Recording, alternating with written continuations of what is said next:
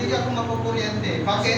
Kasi, unang-una, makukuryente ka lang po kapag halimbawa hinawakan nyo ito at dinikit mo dito. Okay? So, ibig sabihin, connected ka na sa circuit.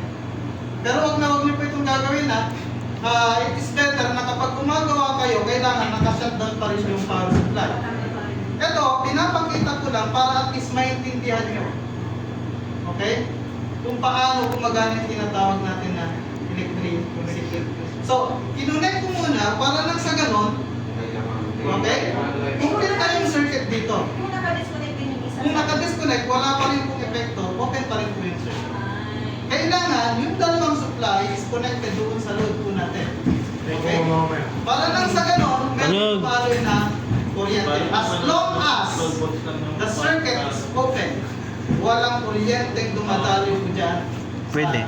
sa circuit. Halimbawa, nagwa-wiring po kayo live kasi minsan